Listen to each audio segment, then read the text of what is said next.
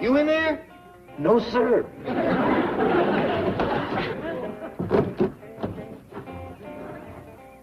Howdy. Get up from there. Yes, sir. What's the big idea? I'm mailing myself to Paris. Paris? Uh-huh. To the Folies Bergère, where they got all them dancing girls. You can't get to Paris like this. I can't? Oh, yeah. You got a stamp? Oh, now get out of there. But, Uncle Jed, Granny says for every goose there's a gander, and for every fella there's a girl. So? So, somewhere there's a low-down dirty sneak with two girls, his and mine. That ain't it, Jethro. You probably just ain't been going the right places for meeting them. I know. That's why I'm headed for Paris. If you ain't got a stamp, just send me COD. You ought to try around here first. I have, Uncle Jed. For days, I drove up and down Wilshire Boulevard, smiling at the girls. And all I got were chapped lips. I'm going to Paris. Oh, you're going out back and take a nice, good, long swim. Yes, sir. Oh, hold on a minute, boy. Just thought of something. Miss Jane is coming out here today with the Beverly Hills nest of the Biddle Bird Watchers. Why don't you meet some of them girls? Uncle Jed, have you ever seen any of them bird watchers? Fire. I'd just soon look at the birds. Like nice girls? Yeah, well, if it's all the same to you, I'd rather go for that swim. I know what the boy's going through.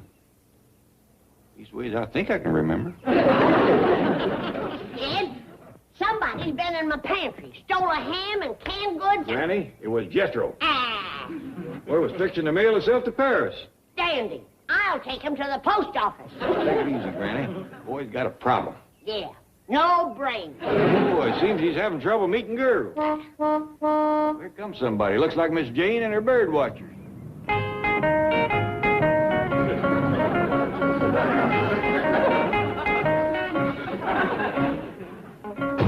Greetings, bird lovers. Ooh, You, I want to thank you for allowing my little band of fledglings to nest in your verdant sanctuary as they sharpen their sense so as to better pursue their ornithological avocation. I thought you was going to watch birds. We are out by your pool. It's the perfect spot to give my recruits their basic training. Oh, well, make yourselves right at home.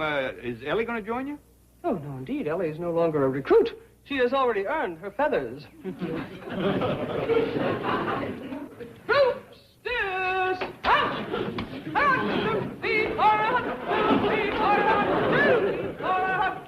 Ed, you said Jethro was having trouble meeting girls. There's a whole busload. Granny, they ain't exactly the kind of girls that Jethro cottons to. Why not? Well, they... You mean there ain't one of them girls that Jethro would like to meet? Well, I wouldn't say that. Ready, Mr. Clampett? I should like you to meet Miss Athena Armstrong. Howdy, Miss Armstrong. How do you do? Howdy, huh? I bet you're going to like the Biddle Bird Watchers. Oh, I'm not a recruit. I'm from the National Headquarters Nest. She's been right up there on the front line. You got a boyfriend, honey?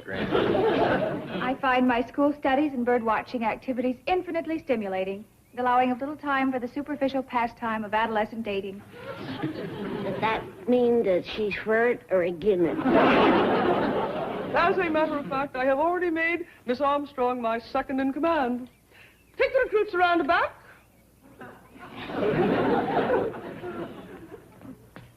Attention! Right, hiss! Forward, hutch!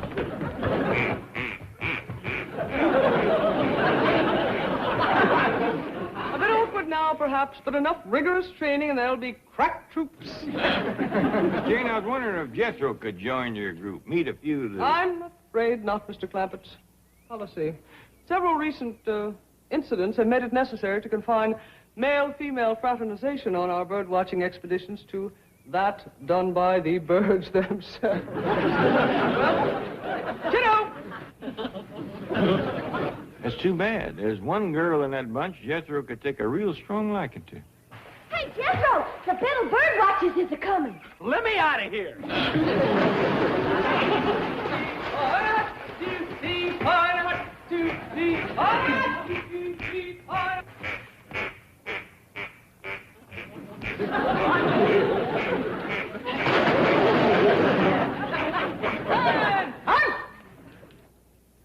All right, recruits, we'll begin your training with some close order drill. Binoculars, ready? Up, 2, 3, out. Boy, Duke, I wish you'd look over here.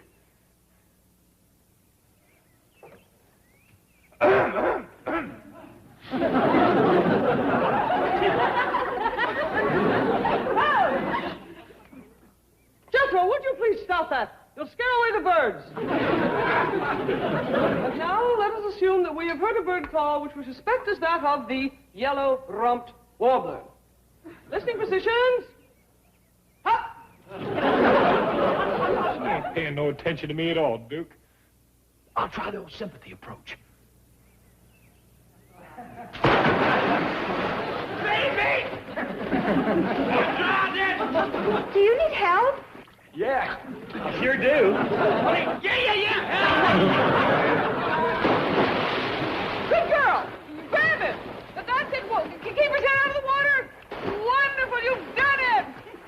You're saved! You're saved! What's your price?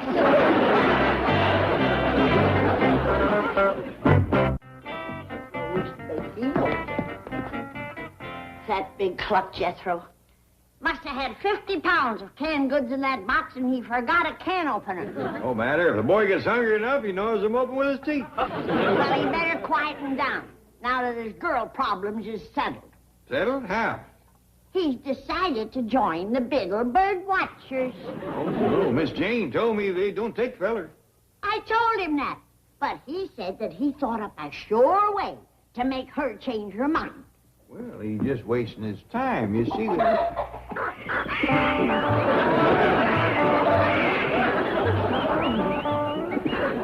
What tarnation you doing with Ellie's birds? Oh, I just love the little feathered fellows, Uncle Jed. I'm going to be the birdman at Beverly Hills. The only time you look twice at a bird is when lying feet up in a platter of gravy. Not no more. All of a sudden, I just think they're terrific. I love them. I'm crazy about them. And you seen that Miss Athena? How'd you know? Wild guess. So long. Oh, Jethro just walked off with every one of my birds, and he won't tell me why. Well, Ellie, child, I think he just took a strong liking to them all of a sudden. He thinks they're terrific. He loves them. He's crazy about them. Well, maybe so, but I think it's because he's seen that girl Athena. I think you're right. And so, recruit Lolita. For your valor and heroism in life-saving, I hereby commend you in behalf of all Biddle Bird Watchers everywhere. All right, let's hit it for recruit Lolita. Ah! Ah! Miss Jane. Miss Jane. Hi, Jethro. Howdy, Lolita. Howdy, Athena. Jethro, why are you here? I'm in love with birds. See how they sets all over me? What birds? These, my little feathered the dirty varmints? I mean, the little darlings must have flown away. Yep, but I hope you let me join the Biddle Bird Watchers anyhow. Granny says you don't allow fellers, but I got a powerful hankering to watch birds. I see in your eyes that same burning passion I felt when I sighted my first red-bellied nuthatch. You do? Oh, yes. And I cannot bear to see such enthusiasm nipped in the bud. Perhaps you could join us on a probationary basis and we could... Hark! I believe I heard the call of the yellow-headed bush-tit. Who there? Binoculars, we're ready. Up! Hey! Keep scanning the low shrubs along the... Jethro! Jethro! Don't worry, Miss Jane. I'll find that little yellow-bellied whatchamacallit.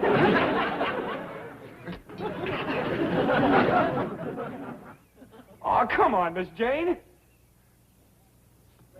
Oh, gee whiz, all I want to do is study nature. Wait, Jethro!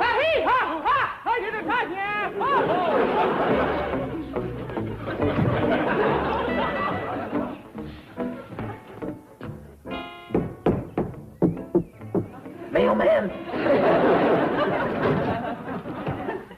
Oh, Jed.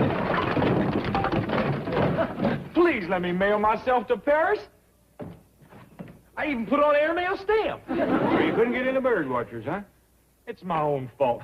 With Athena around, who can watch birds? Yeah, I see your problem. I just want to go to Paris and forget all about her. So please stop ripping my box open. It's miserable work, taping it up from the inside. Tell you what, Jethro, you hold off going to Paris a while, and I'll talk to Miss Jane for you. All right, Uncle Jed. It won't do no good, but I gotta wait around anyway. It's gonna be a while before I can lick any more of this paper tape. Clampett, how are you? Well, I'm fine, Mr. Drysdale. Say, if you come to pick up Miss Jane, she's out back with her bird watcher. Oh, no. She's off today. You know, 20 years ago on this date, I took over the presidency of the Commerce Bank. So I declared a bank holiday, and all the employees have the day off. But the bank ain't even open today. It's Saturday. Yes, what a shame it falls on a weekend. I don't blame you for wanting to celebrate. Yes, it's a real rags to riches story.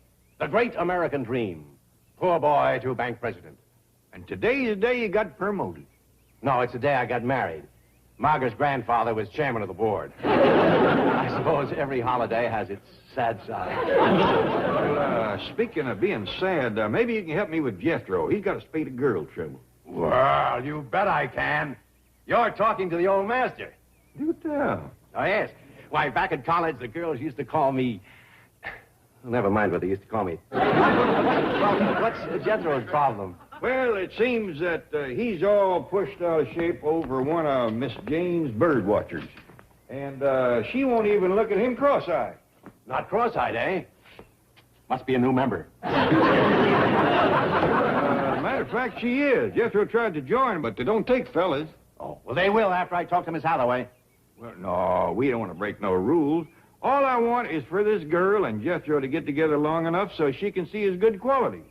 Mm-hmm. And they don't exactly jump up and shout at you. Here's the thought, Mr. Clampett. I am a woodchuck. You are.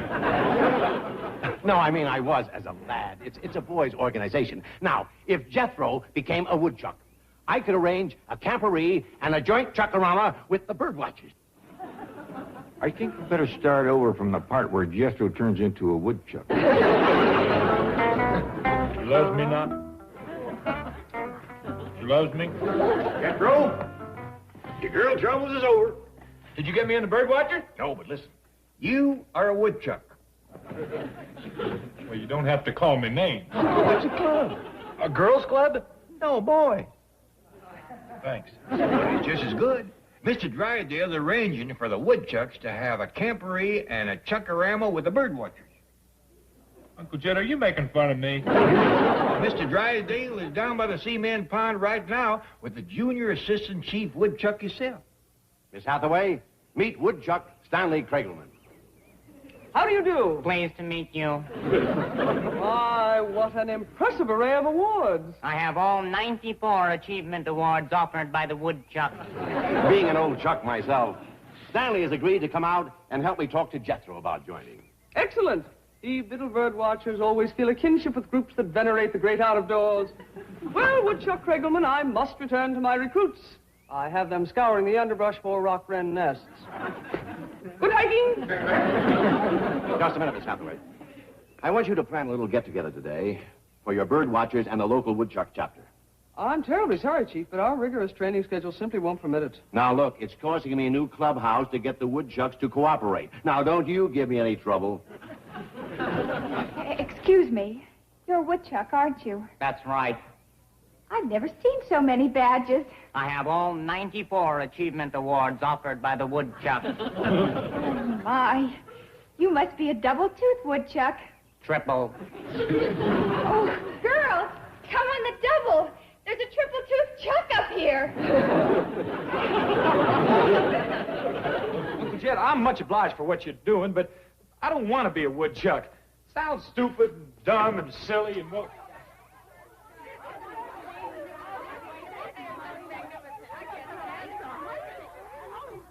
Like I was saying, Uncle Jet, the woodchuck sounds stupid, dumb, and silly. And where do I sign up?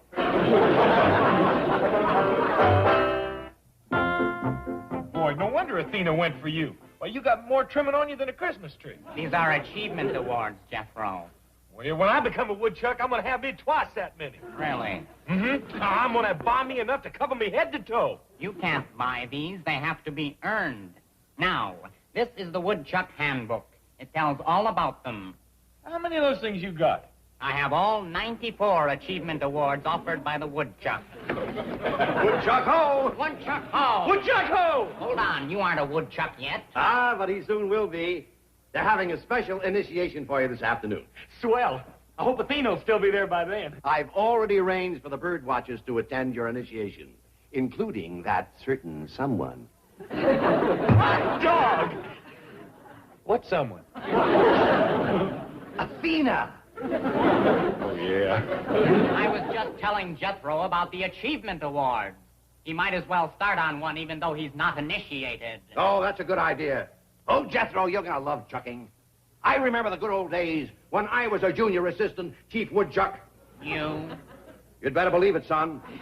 Oh, I took my pack on some great outings. A hike through the Federal Reserve Bank. A camp out in the vault of the Savings and Loan. Mr. Drysdale, my pack doesn't do anything like that. We learn first aid and community service. First aid community service. What are they teaching American youth? But I don't care, just so long as you get something shiny from my uniform. First aid community service. The woodchucks are going to the dog. Jed, where are you? Oh, Jed. What you all excited about, Granny? Look what I found out on the front porch. Oh, I see you found Elmer and Porky. Are these yours? Yes, I brought them to show Jethro. Well, that's fine. What are they? Guinea pigs. Tip, tip. Hello. Pigs. Them is the smallest pair of porkers I ever seen. Just roots. Is they full grown? Oh, yes. But it's taken 2 years of careful feeding to get them this big. Hey, where's Stanley? He said he was going to give me a couple of his guinea pigs so I could get my first achievement award. Don't get your hopes up, boy. Both his hogs together wouldn't make a good-sized pork chop. Then I'll raise something else. It says here, don't have to be guinea pigs. To qualify for this award, you can raise hamsters. Hey, here's something I know about. It says you can build an ant farm. There you go, boy. You can have a full set of teeth before you know it. Very well, recruits. You have now completed phase 1 of your basic training. However, before we continue on to phase 2, I have a special treat for you. We are going to attend the woodchuck initiation ceremony of Jethro. Hooray! I hope it will not be necessary for me to remind any one of you that this is a solemn occasion. Well, there's my ant farm. Take a look. There's the barn, and the farmhouse, and the silo. Wait a minute. Something's missing. What? The ants. Time for your initiation, Jethro. What's that? Well, that's my ant farm. Jethro, an ant farm is supposed to be put between 2 sheets of glass. Glass? That's great if you don't mind squashed ants. I wonder if that's the way he raised them 2 pigs.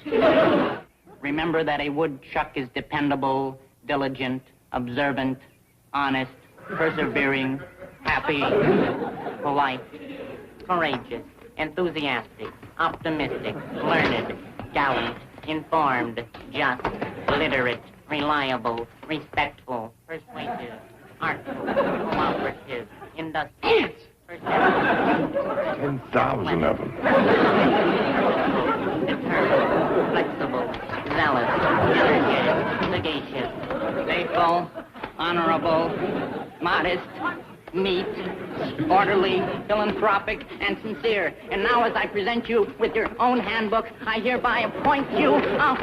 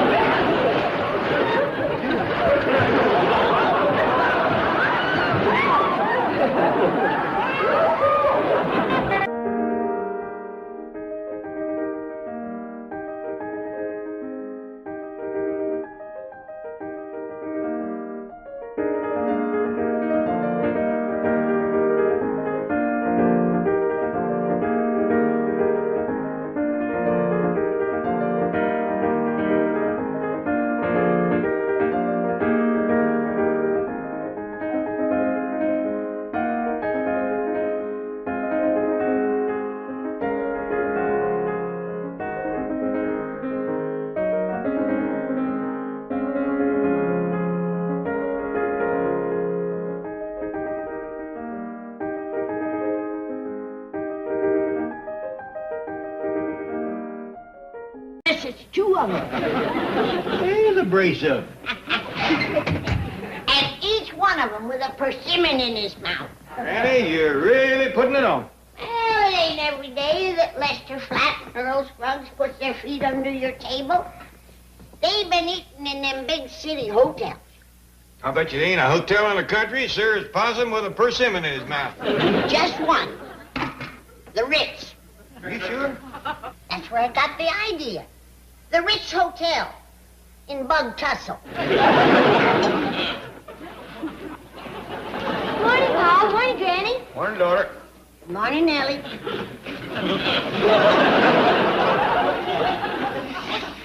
What happened to her skirt? Either it shrank or she's commencing to grow again. Ellie Mae, you wearing boots? Oh, yes, sir, Paul. You fixing to go wading? No, sir, Paul. Well, your skirt is short enough for it. In fact, you're showing more meat than a butcher's window. Oh, this here's what you call a mini skirt. Minnie who? Sure can't be Minnie Pearl.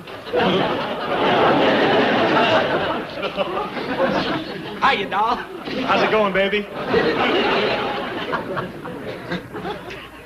What did he call me?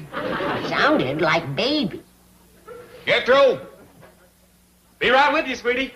He's talking crazier than he looked. And that's pretty crazy. Hi, cuz. Hi, Cub. All right, now, what's on your mind, baby? You and your cuz here. Don't appear to be a couple of kernels shy of a cob. Yeah. Where'd you get them clothes? Well, Jethro says this here's a new Hollywood look. Yeah, you two can wear them square threads and act like a couple of rubes if you want to. But Hollywood's done rubbed off on Ellie and me.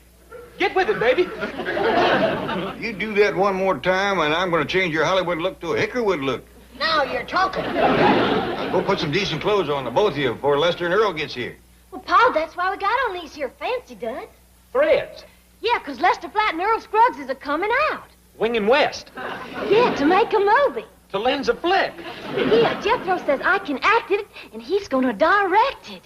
I am going to make it, and we is going to preem it at the Grumman's Chinaman. Yeah. That's where they preem all the big flicks, baby. Don't call me that. All right, sweetie. I'm gonna cut me a hickory switch. I'm going with you. I can use the fresh air.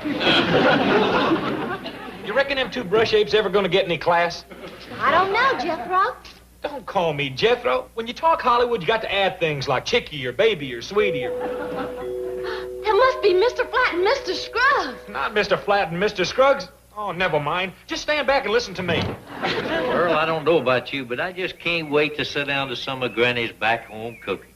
Hope she ain't forgot how after all these years in the big city. Oh, you don't have to worry about that. The Clampetts is one family that just don't change. Howdy, baby. Hiya, sweetie. Was that Jethro? I think so, but who's baby and sweetie? Lester Baby, Earl Sweetie. It's us. Ellie Mae, are you expecting rain? Yeah, why? You sure are dressed for high water. Oh, this here's what you call a miniskirt. Minnie who? Sure can't be many pearl. Stashed your leather in a spare room. Well, How about it, Dawes? You gonna ink us to a deal? Do what? Assign us to your movie. Me acting and Jethro directing. What movie? The one I read about in the trades. That's what us movie people call them little papers like the Hollywood Supporter. What did it say in the Hollywood Supporter? It said Latin Scruggs, Winging West for a film sesh. Oh, they must have meant the commercials we're out here to film. Commercials? Yeah, we're going to do some television spots for Foggy Mountain Soap. What do you think, Jethro? Baby? We better huddle with our 10%er. What does that mean? I don't know, but all the big stars and directors does it. We'll get back to you, sweeties. Don't call us, we'll call you.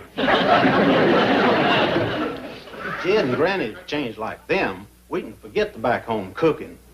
Lester and Earl. Well, Howdy, Granny. How Hello, are you? Jed. Good Granny. to see you. Jed, how are you? Well, just as fine as snuff and half as dusty. How long you been here? Just a minute, been talking to Ellie and Jethro. Say, is Jethro really a movie director now? You betcha. Well, Granny and me wouldn't think of stepping in front of a camera without that boy doing the directing for us. Come on out to the kitchen, Granny. Got a treat for you. Now, Jed, just a minute. This treating business is a two-way street. We know what you're hinting at, Granny, and it's our pleasure. That's a fact. This is one place we don't mind singing for our victuals. I just hope her music is as good as Granny's cooking. It won't be, but I don't expect the impossible.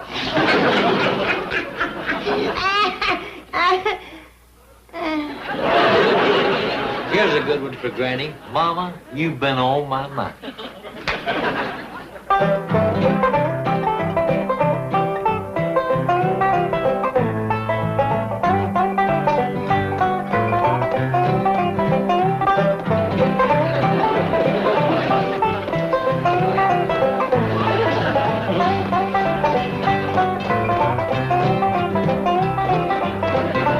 Even though my mind is hazy and my thoughts, they might be narrow, where you been don't bother me. Or bring me down in sorrow. It don't even matter who you're waking with tomorrow. Mama, you're just on my mind. Mama, you're just on my mind. When you wake up in the morning, baby, look inside your mirror. I won't be next to you. You know I won't be near. I'd just be curious to know if your reflection is as clear as the one that I've got on my mind. As someone who has had you on his mind. Just breathing to myself, pretending not that I don't know. Mama, you've been on my mind.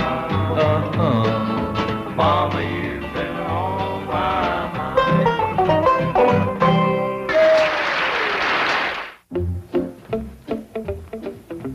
I hate to do this to you, Earl, but the Commodore is here to take us to the studio. Who? Mr. Ratterman. He's the head of the advertising agency. Yeah, owns a boat and likes to be called the Commodore.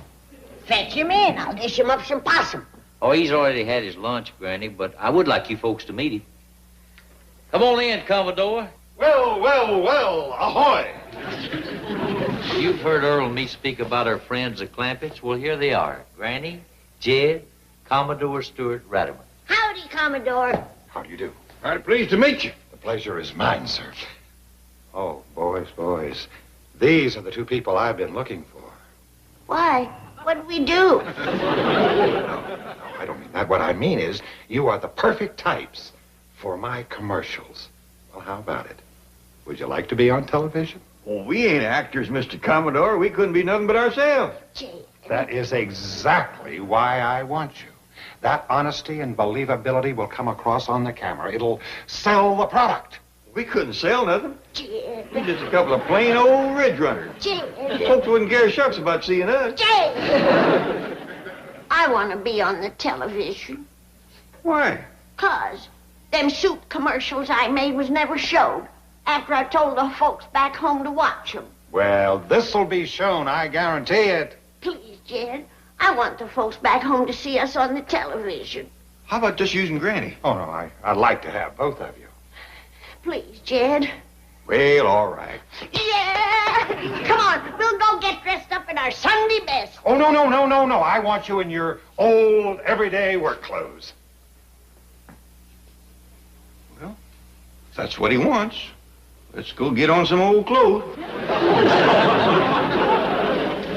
Commodore, we think maybe you just took on a boat full of trouble. Oh, now, what are you talking about? They are great.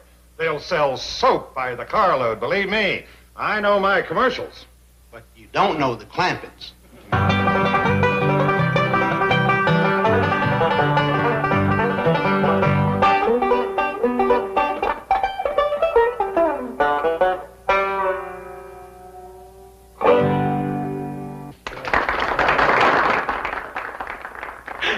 Listen to that. The minute I walk through the door, they commence clapping. Boy,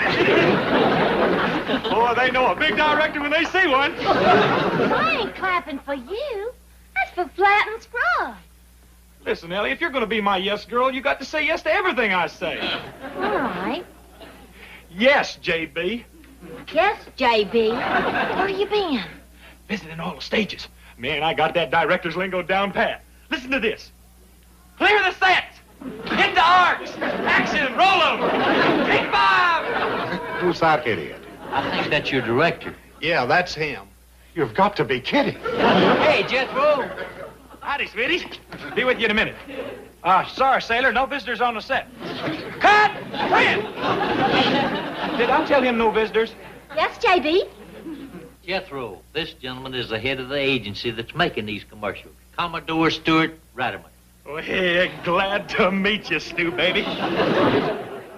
Don't call me Stew, baby. My name is Ratterman. All right, rat, sweetie. How about calling me Commodore? You're on, Commie. Hit the grips. Strike the booms. Let's see some dolly.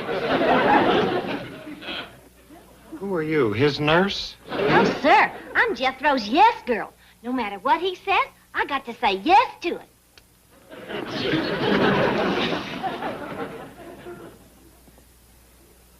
Maybe the kid isn't as dumb as he acts. Oh, no, Commodore. She's Jethro's cousin. Mr. Clampett's daughter. Oh. All right. Who's the litterbug? Somebody left this junk all over the set. Was it you, Commie? Please, could we go back to Stew, baby? All right, Stu, baby, but you got to get rid of this stuff, especially that big in there. When I go to shooting Flat and Scruggs, it's going to show up in the picture. That is the whole idea. This is the sponsor's product.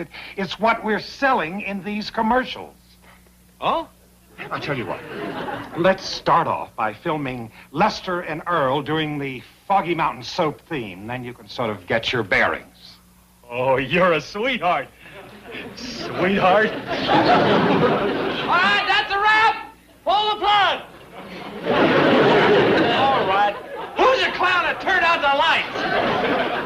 Hit the lights, boys. All right, now, come on, let's get set up for a take here. Wardrobe, makeup, on the double, everybody. Places, let's go. Hey, just a minute, just a minute. I do the hollering around here. Who are you? I'm your assistant. Oh. All right, you can holler a little. Commodore, you'll be doing the off-camera announcement as usual? Oh, yes. I wouldn't trust anyone else with those beautiful words. Fine. All right, quiet on the set, boys. This is the take. Me. All right, roll 'em. Foggy Mountain soap commercial, Flat and Scruggs, take 1. Action. Foggy Mountain soap. Now with new patented Super Sat to super saturate your wash with super saturated suds presents Lester Flat and Earl Scruggs. All the best darn soap is Foggy Mountain soap. It gets your clothes much brighter. You can bet your hat it'll make their skin and make your... Hold it. Hey, before I can direct this scene, there's something I gotta know. What's the motivation? What's the what? The motivation. I was over on the Marlon Brando set and they's wallering in it. Ellie! Yes, J.B.? Light me up. Got to figure out how to motivate this scene. Yes, JB. Excuse me, are you going to restage this? Am I going to restage this? Yes, JB. Are you out of your mind? Am I out of my mind? Yes, JB.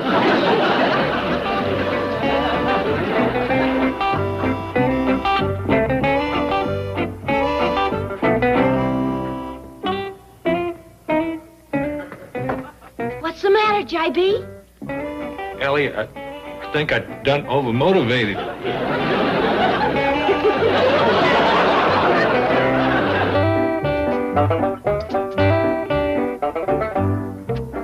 Good. Harry found the Clampetts. Now we can set sail. After that cruise with Jethro, you sure you want to head for deep water again? Relax. The old skipper is at the helm again. Welcome aboard. Sorry about the delay, Commodore. Mr. Clampett had a little trouble in makeup. Yeah, a fella tried to put lipstick and rouge on Jed. He was real set on it. I had to be a mite short with him. Oh, I see. Sorry, but like I said, we can't be nothing but ourselves. That is exactly the quality I want in these commercials. Complete honesty. Good, good. Well, now, if you will just sit down right here. There we are now. Mr. Hogan and I will demonstrate to you exactly what it is we want you to do. Now, of course, I want you to put this in your own words, but this will just give you the sort of general idea. Now, here, Mr. Hogan. Come right over here. Now, Mr. Hogan will be Jed, and I'll be Granny. All right, now, the camera's rolling. Camera's rolling. Now, here we go. Howdy, folks. Howdy. This feller here does a lot of hunting and fishing and chores, and he gets his clothes mighty dirty. But that don't worry me none, because right here in my kitchen, I wash his clothes with the best soap made. Now, at this point, we're going to come in close up of the soap. So we'll just take it up to there to start, okay? Fine and dandy. Good. Now, if you just right up here.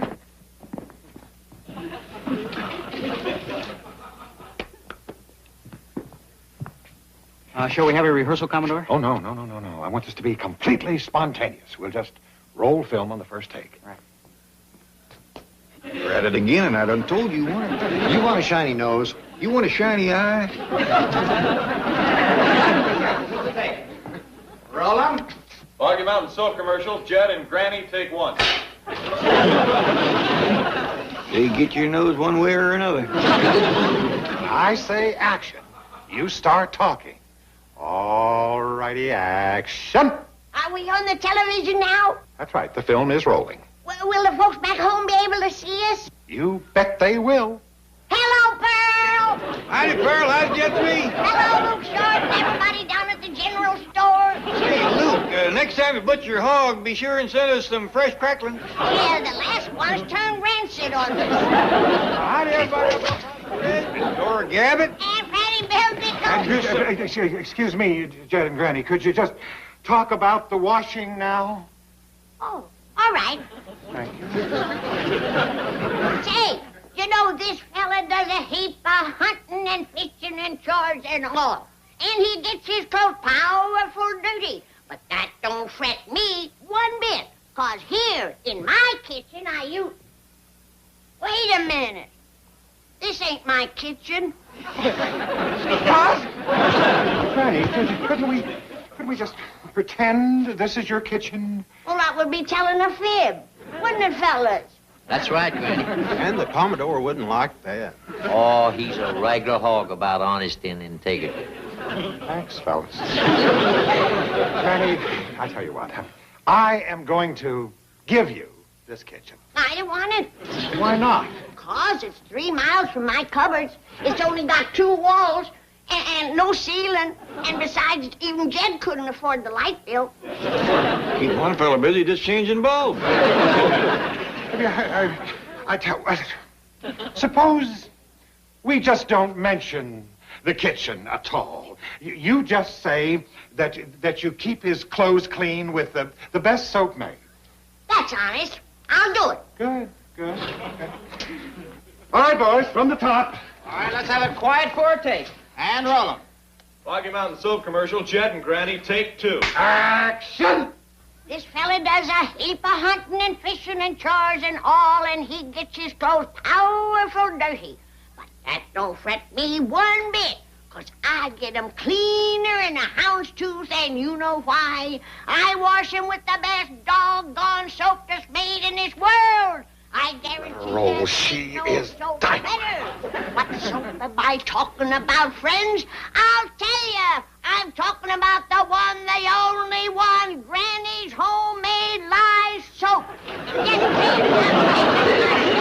and I can tell every one of you how to make it. Don't waste your money on store-bought soap, and I can tell you how to make it better at home. Now, wait. It ain't me you got to thank for this good advice. It's a nice fella by the name of Commodore Rackerman. It was him asked me to get up here and tell everybody how I washed Jed's clothes with the best soap made. Hey, sweeties, I'm as good as new now. Guess I had just a little bit too much motivation. What's the matter with him? Just a little too much honesty and integrity. All the best darn soap is Granny's lye soap. It gets your clothes much whiter. You can bet your hat it'll make dirt scat and make your whole day brighter.